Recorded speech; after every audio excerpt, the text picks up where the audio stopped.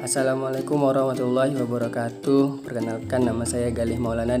Kami berasal dari kelompok 5, akan menjelaskan tentang ruang lingkup pendidikan kewarganegaraan. Baik, adapun poin yang pertama adalah persatuan dan kesatuan bangsa. Persatuan merujuk pada kesepakatan untuk bersatu dan bekerja sama dalam mencapai tujuan yang sama. Sedangkan kesatuan menunjukkan integritas dan keselarasan di antara berbagai elemen masyarakat atau negara. Jadi dapat kita simpulkan, persatuan dan kesatuan bangsa merupakan kesepakatan setiap warga negara untuk bekerja sama dan menjaga keselarasan dan keharmonisan di dalam berkehidupan bernegara. Baik, adapun unsur-unsur persatuan kesatuan bangsa, yaitu yang pertama adalah Sumpah Pemuda. Sumpah Pemuda merupakan salah satu peristiwa penting yang terjadi pada tanggal 28 Oktober 1928.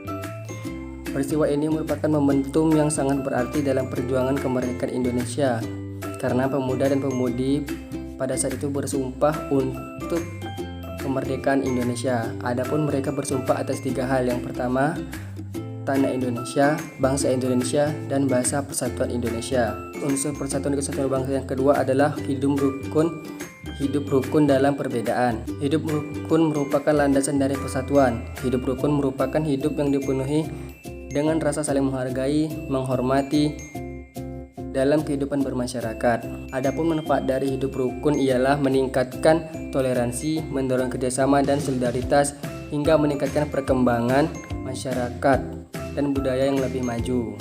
Adapun cara kita dalam menyikapi perbedaan-perbedaan yang terdapat dalam masyarakat, yang pertama adalah melakukan kerjasama dalam hal kebaikan. Yang kedua, rendah hati dan tidak sombong dengan suatu kelebihan.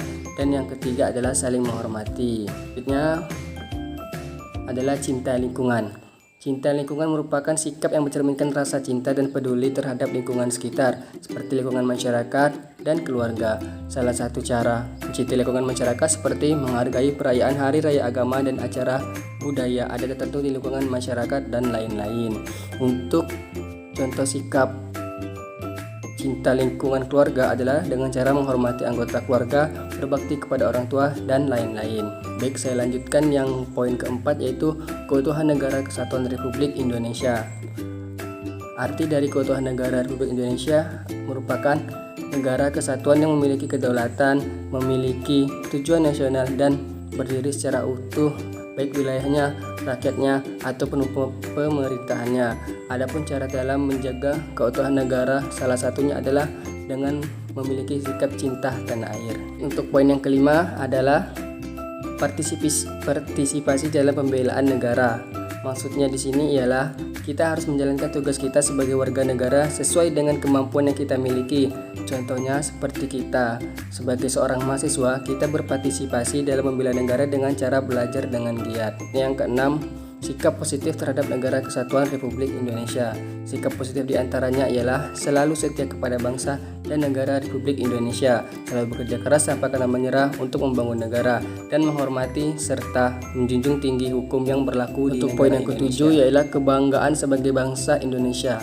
Sebagai bagian bangsa Indonesia, seharusnya kita menunjukkan kebanggaan kita dalam kehidupan sehari-hari, seperti menggunakan produk dalam negeri, melestarikan budaya Indonesia, mematuhi hukum dan peraturan, dan masih banyak lagi cara kita dalam menunjukkan sikap kebanggaan kita sebagai bangsa Indonesia.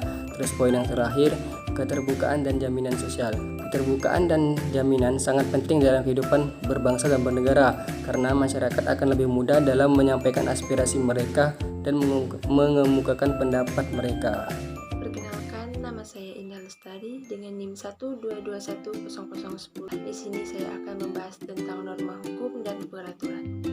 Norma hukum adalah petunjuk hidup atau peraturan yang dibuat oleh pejabat yang berwenang. Norma hukum berisi perintah atau larangan dalam hidup bermasyarakat, berbangsa, dan bernegara. Jika hal tersebut dilanggar akan dijatuhkan sanksi oleh pihak yang berwenang. Pada dasarnya, norma hukum bersifat melengkapi norma hidup bermasyarakat lainnya. Norma hukum berfungsi untuk menertibkan dan menstabilkan kehidupan sosial dan sebagai sistem kontrol sosial. Norma hukum memperkuat sanksi atas pelanggaran terhadap norma yang lain. Norma merupakan kata yang berasal dari bahasa Belanda, yaitu norm, yang memiliki arti patokan, pedoman atau pokok kaidah, dan bahasa Latin yaitu mos, yang artinya tata kelakuan, adat istiadat atau kebiasaan. Berdasarkan Kamus Besar Bahasa Indonesia, norma memiliki arti sebagai aturan maupun ketentuan yang sifatnya mengikat suatu kelompok orang di dalam masyarakat, di mana norma diterapkan sebagai panduan, tatanan, dan juga pengendali tingkah laku yang sesuai. Dengan adanya norma, maka tatanan hidup dalam lingkungan masyarakat akan tetap terjaga, dan bila tidak dilaksanakan oleh setiap anggota di dalam lingkungan tersebut, maka tatanan masyarakat tersebut akan kacau dan melanggar segala peraturan yang ada dan berlaku. Saya akan menjelaskan pelaksanaan norma hukum dalam keluarga, yaitu norma harus dilaksanakan dimanapun dan sebaiknya dimulai dari lingkungan keluarga, karena keluargalah akar dari keberhasilan pembangunan di segala bidang. Contoh pengaturannya, yang pertama, tidak menganiaya anggota keluarga, yang kedua, tidak menghina anggota keluarga, ketiga, taat kepada aturan keluarga, dan keempat, tidak menipu keluarga. Adapun norma hukum di sekolah, yaitu Pancasila merupakan bagian yang tidak dapat dipisahkan dari pelaksanaan norma hukum di lingkungan sekolah. Pengaturan di sekolah, yaitu yang pertama itu, satu, tidak terlambat masuk sekolah, yang kedua, tidak membolos sekolah, yang ketiga, tidak mencontek saat ulangan, dan yang keempat, peraturan lainnya di sekolah. Adapun pengertian norma dalam masyarakat.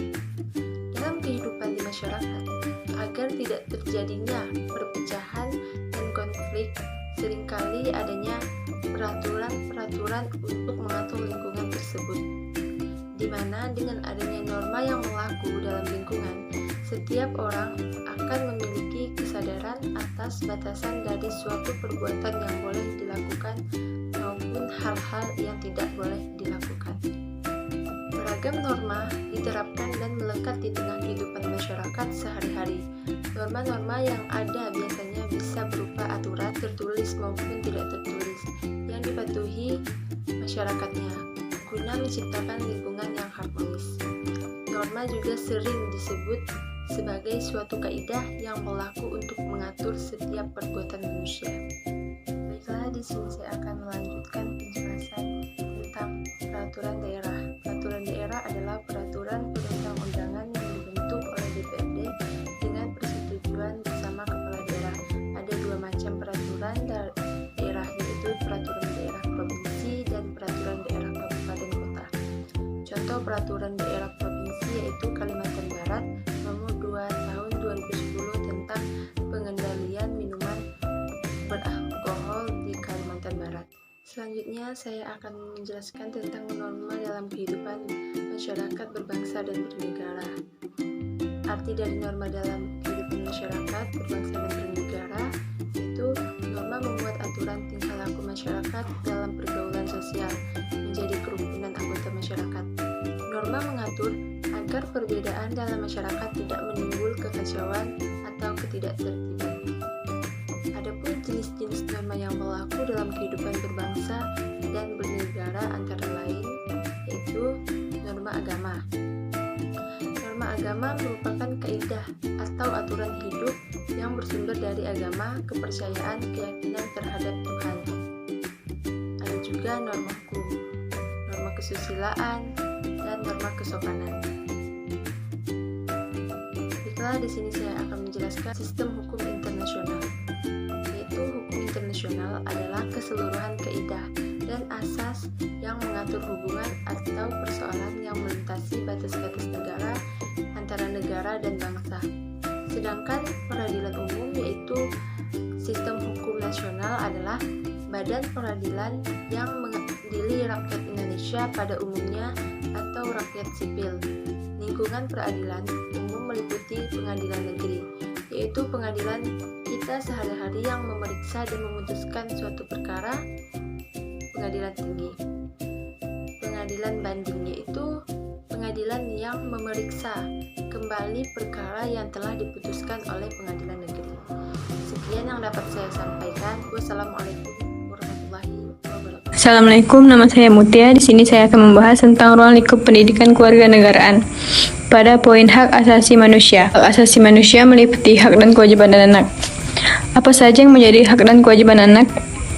Hak yang didapatkan anak yang pertama adalah mendapatkan identitas diri dan makanan yang sehat, hak mendapatkan pendidikan, hak untuk bermain dengan adanya pengawasan, hak untuk mendapatkan perlindungan, hak rekreasi, serta hak dilindungi. Kewajiban seorang anak. Kewajiban anak yang utama adalah patuh terhadap perintah orang tua, menghormati dan menghargai anggota keluarga, belajar di rumah, mengerjakan tugas sekolah, serta wajib membantu kedua orang tua dan membahagiakannya. Masuk kepada hak kita di masyarakat. Yang pertama adalah berhak hidup nyaman serta aman dari segala bentuk gangguan. Misalnya dengan diadakannya ronda, berhak menggunakan berbagai fasilitas umum yang disediakan. Lalu misalnya dengan menggunakan transportasi umum, taman, dan lain sebagainya. Lalu ada kewajiban di masyarakat. Kewajiban di masyarakat yang pertama mematuhi sistem hukum yang berlaku, menjaga kedaulatan negara, membayar pajak tepat waktu, serta mengikuti pemilihan umum, menghormati hak asasi manusia, mempertahankan nilai Pancasila, menjaga fasilitas umum, menjaga ketertiban dan keamanan lingkungan. Instrumen HAM merupakan alat yang digunakan untuk melindungi dan menegakkan hak asasi manusia. Instrumen HAM dibagi menjadi dua, yaitu instrumen nasional dan instrumen internasional. Beberapa instrumen nasional adalah yang pertama Undang-Undang 1945 beserta amandemennya yang pertama, yaitu TAP MPR tahun 1998. Lalu yang kedua nomor 39 tahun 1999 tentang hak asasi manusia. Yang ketiga merupakan Undang-Undang nomor 26 tahun 2000 tentang pengadilan HAM. Lanjut ke instrumen HAM internasional. Yang pertama merupakan instrumen internasional yang pertama Piagam PBB 1945. Yang kedua Deklarasi Universal HAM 1948. Yang ketiga Konvenen Internasional tentang Hak Sipil dan Politik. Yang keempat Konvenen tentang Internasional Hak Ekonomi Sosial dan Budaya. Kemudian materi tentang pemajuan HAM merupakan upaya untuk membuat HAM diutamakan dalam bermasyarakat dan tidak ada lagi diskriminasi untuk merendahkan seseorang atau sekelompok tertentu. Adanya pemajuan dan penghormatan HAM masih dianggap sebelah mata oleh beberapa masyarakat dan beberapa pihak. Dan apabila HAM seseorang telah direnggut, maka itu disebut sebagai pelanggaran HAM. Oleh karena itu, harus ada peraturan yang menyangkut tentang HAM atas terjadinya pelanggaran tersebut, agar kedepannya tidak terjadi kembali yang dapat merugikan seseorang atau sekelompok orang tertentu. Contoh pemajuan HAM yang dilakukan oleh pemerintah Indonesia adalah sebagai berikut. Yang pertama dalam Undang-Undang 1945 pasal 27, lalu ada pasal 28, dan yang terakhir dimaksud dengan perlindungan terhadap hak asasi manusia. Perlindungan hak asasi manusia adalah upaya untuk mempertahankan hak manusia yang melekat pada diri seseorang sejak lahir. Saya Rati Purwasi dengan NIM 122210023. Saya akan memaparkan materi mengenai ruang lingkup yang selanjutnya, yaitu konstitusi negara. Nah, langsung saja kita masuk ke pembahasannya. Konstitusi negara ini memiliki dua pengertian, yaitu pengertian luas dan pengertian sempit. Pengertian luasnya, konstitusi ini adalah mencakup ketentuan-ketentuan dasar atau hukum dasar suatu negara, baik tertulis maupun tidak tertulis. Yang kedua, pengertian secara sempitnya, konstitusi ini merupakan dokumentasi tertulis mengenai hukum dasar suatu negara. Nah, konstitusi ini memiliki dua macam, yaitu konstitusi tertulis dan konstitusi tidak tertulis. Konstitusi tertulis ini memiliki sifat yang tidak bisa berubah atau tidak bisa diubah-ubah. Sedangkan konstitusi tidak tertulis merupakan konstitusi yang dapat diubah. Biasanya ini terjadi pada saat masyarakat melakukan suatu kesepakatan. Lalu ada 3 aspek yang meliputi konstitusi negara dalam ruang lingkup kewarganegaraan. Yang pertama, proklamasi kemerdekaan dan konstitusi yang pertama. Yang kedua, konstitusi yang pernah digunakan di Indonesia. Yang ketiga, hubungan dasar negara dan konstitusi. Lalu, apa sih itu konstitusi yang pertama? Konstitusi yang pertama itu adalah Undang-Undang Dasar 1945. Lalu yang kedua, konstitusi yang pernah digunakan di Indonesia itu contohnya Undang-Undang Dasar pada tahun 1945.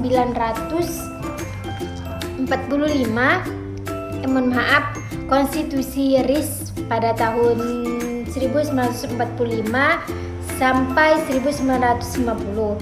Lalu ada Undang-Undang Dasar sementara itu pada tahun 1950. Terus yang ketiga ada hubungan dasar dan konstitusi.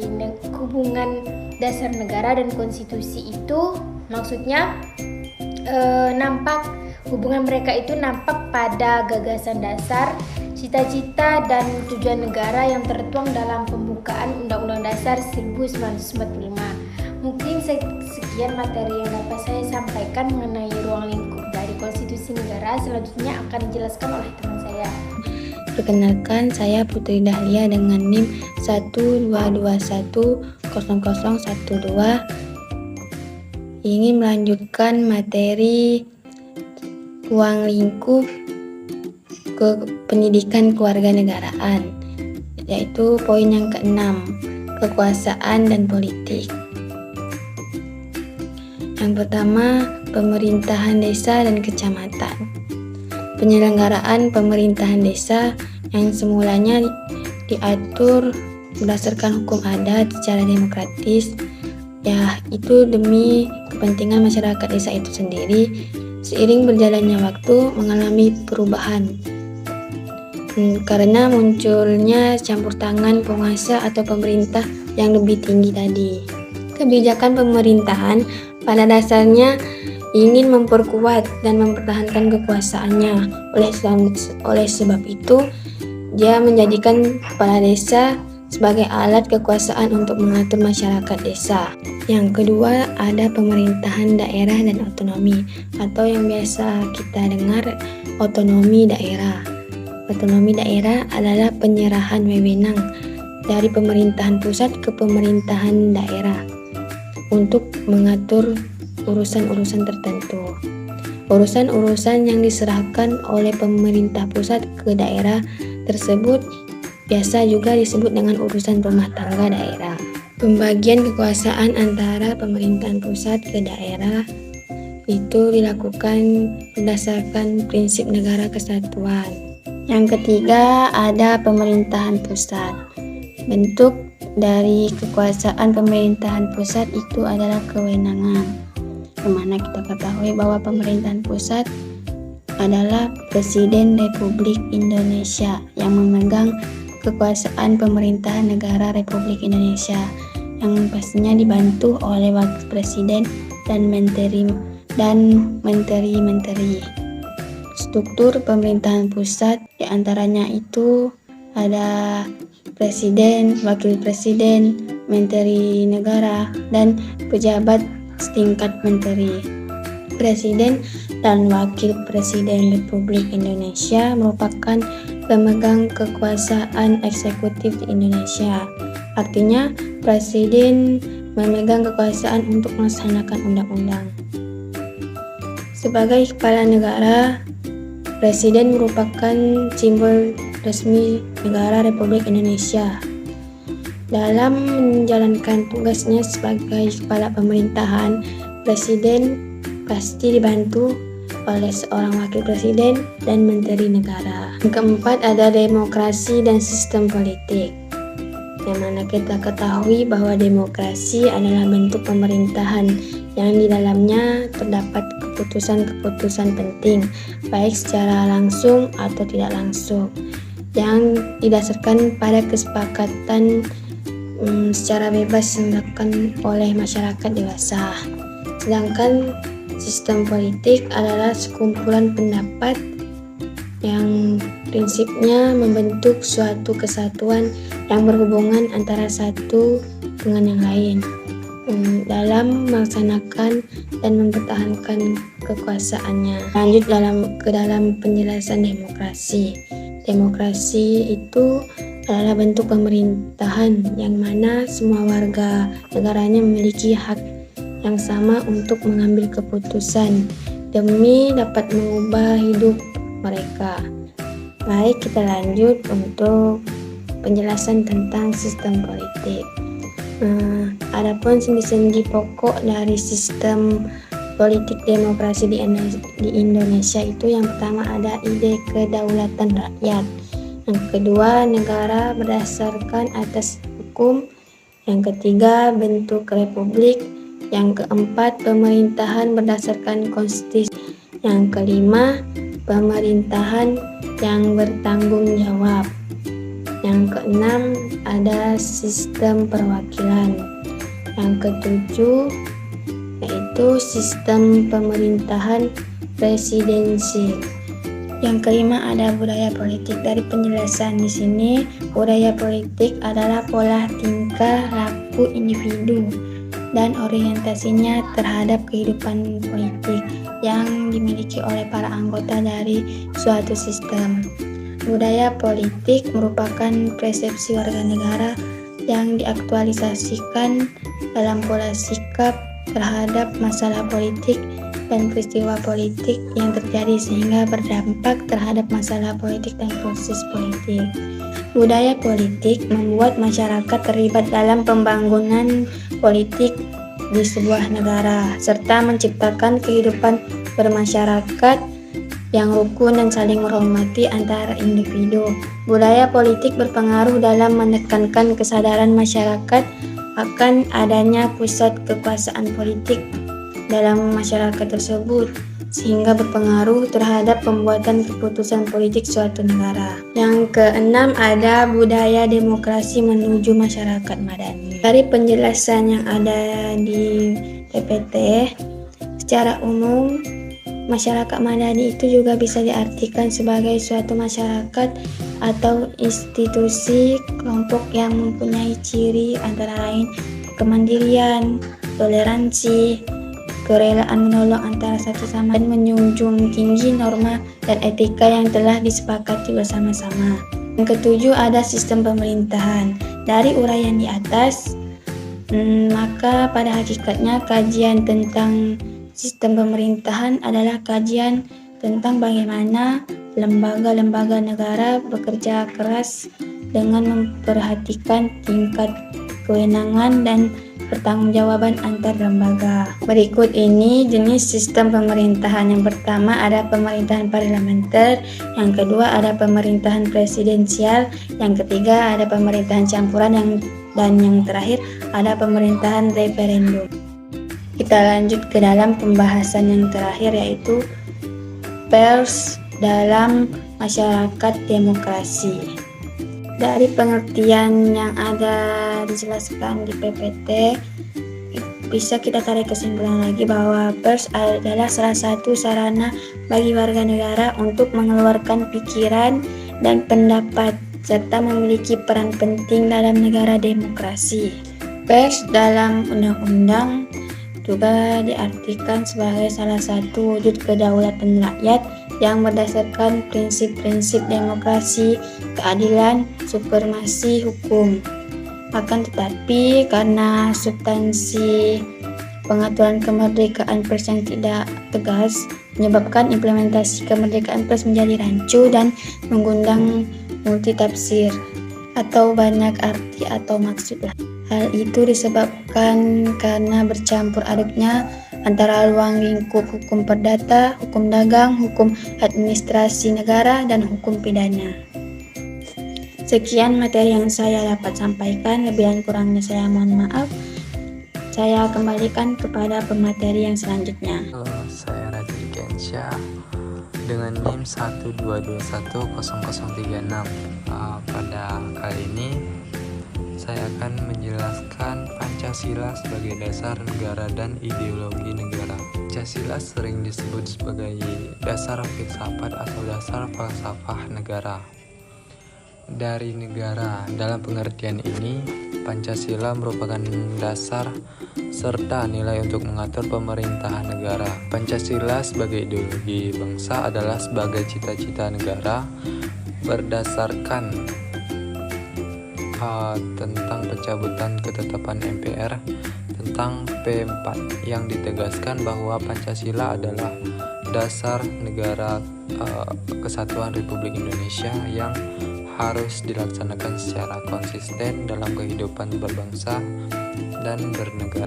Pancasila merupakan suatu asas kerohanian yang meliputi suasana kebatinan atau cita-cita hukum, sehingga merupakan suatu sumber nilai, norma serta kaidah, baik moral maupun hukum negara, dan menguasai dasar baik yang tertulis atau undang-undang dasar maupun yang tidak tertulis, atau dalam kedudukannya sebagai dasar negara.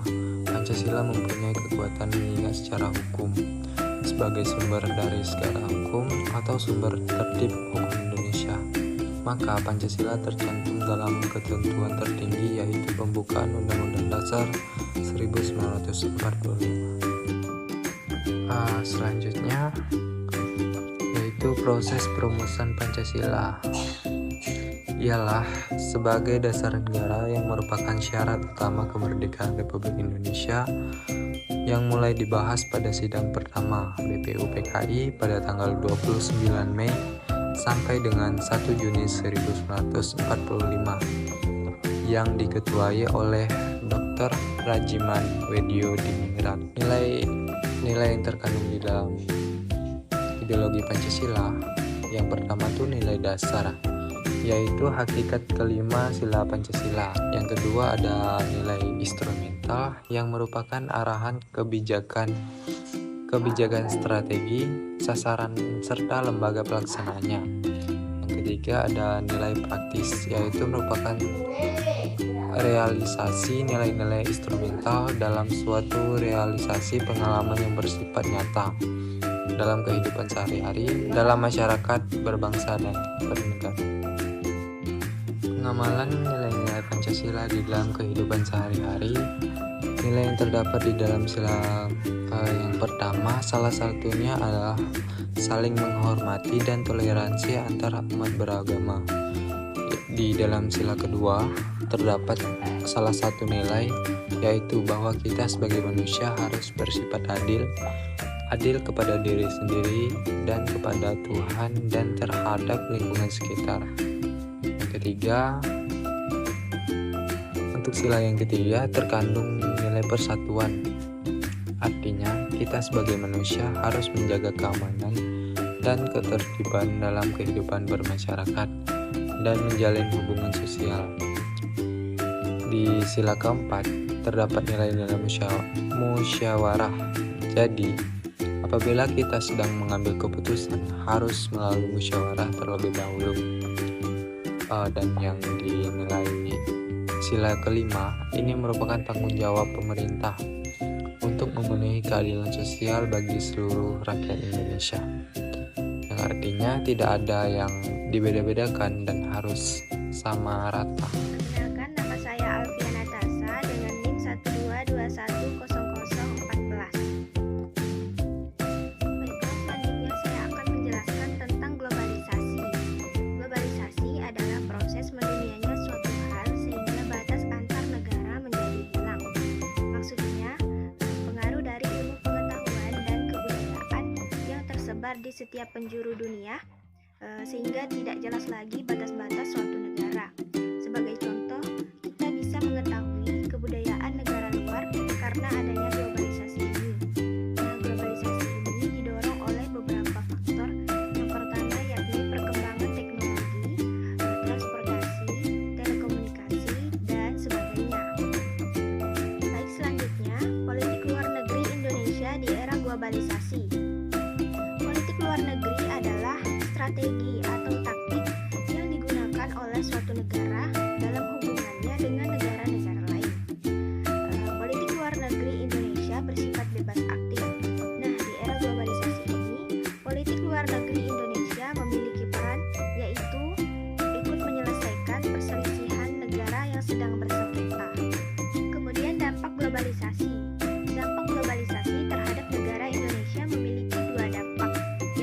dampak positif dan dampak negatif.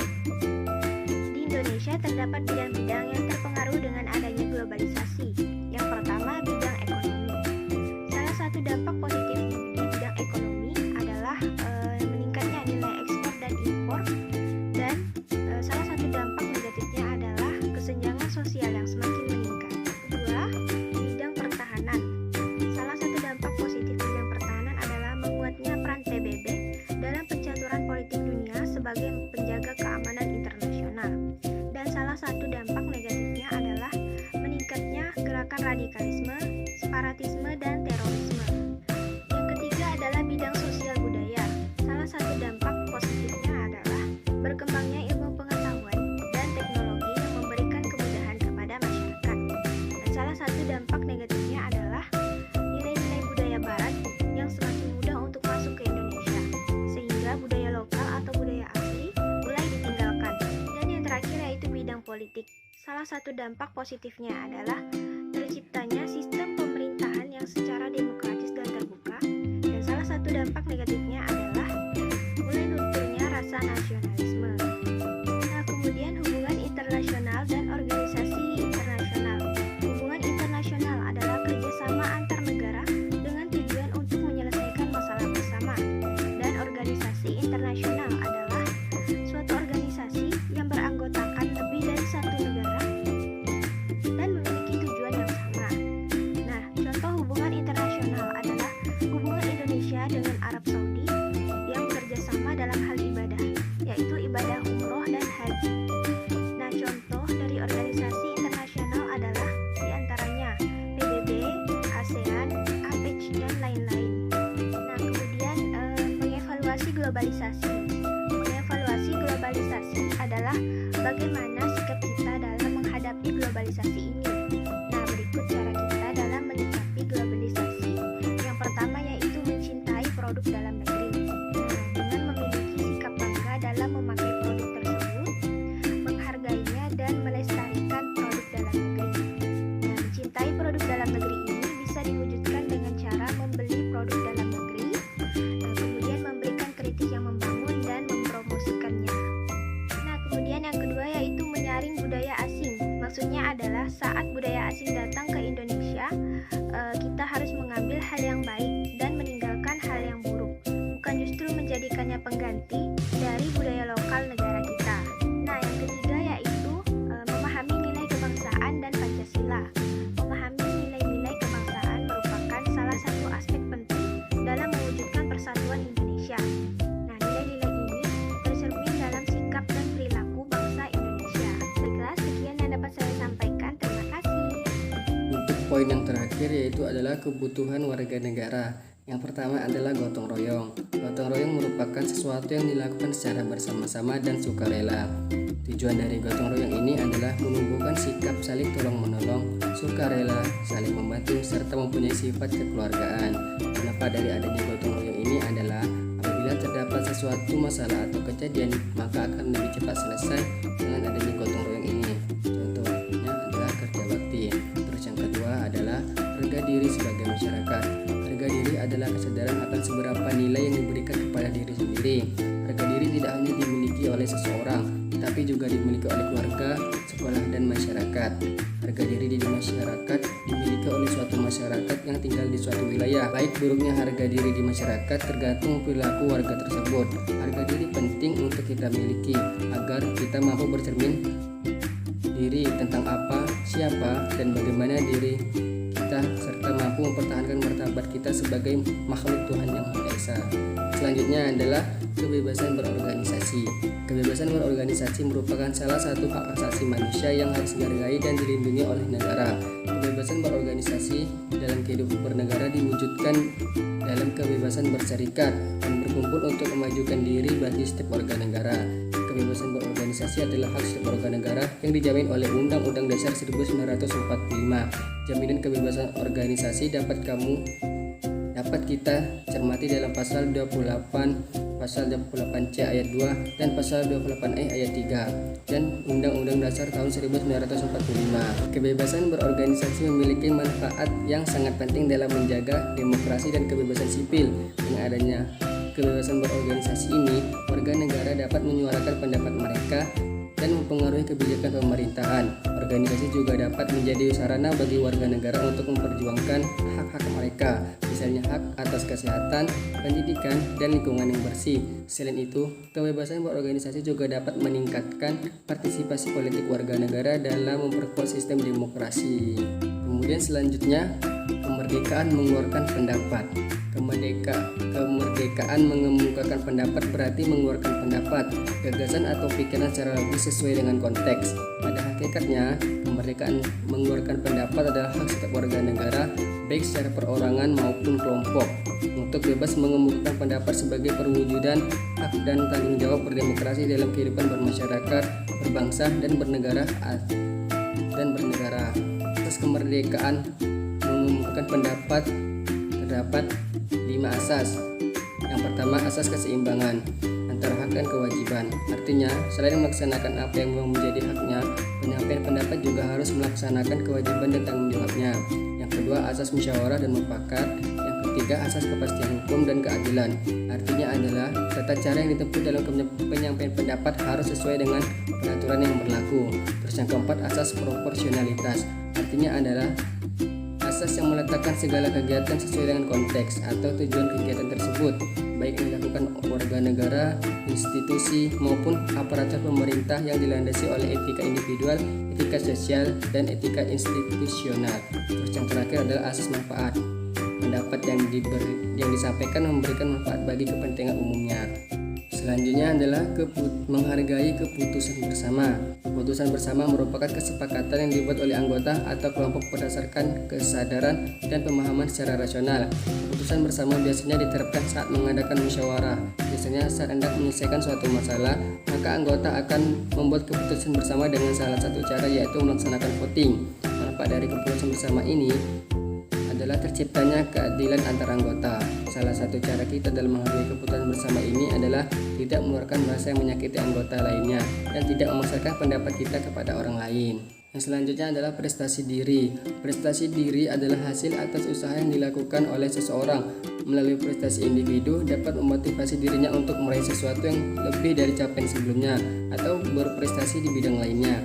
Dengan adanya prestasi diri ini, kita dapat mewujudkan cita-cita bangsa, mengharumkan nama bangsa, dan bersaing dengan bangsa lain. Salah satu contoh prestasi diri untuk bangsa adalah membuat hal yang dapat mengharumkan nama bangsa seperti mengikuti perlombaan olahraga kancah internasional. Untuk poin yang selanjutnya adalah persamaan kedudukan warga negara. Persamaan kedudukan warga negara maksudnya adalah bahwa setiap warga negara berkedudukan sama di bawah hukum. Jadi tidak ada namanya si rendah dan si tinggi, si kaya dan si miskin. Persamaan kedudukan warga negara ini sudah diatur dalam Undang-Undang Dasar tahun 1945. Setiap warga negara memiliki hak dan kewajiban yang sama. Jadi tidak ada pembeda-bedaan. Persamaan kedudukan warga negara ini perlu kita terapkan supaya tidak terjadi tindakan yang sewenang-wenangnya kepada orang lain. Mungkin sekian yang dapat saya sampaikan. Saya ucapkan terima kasih.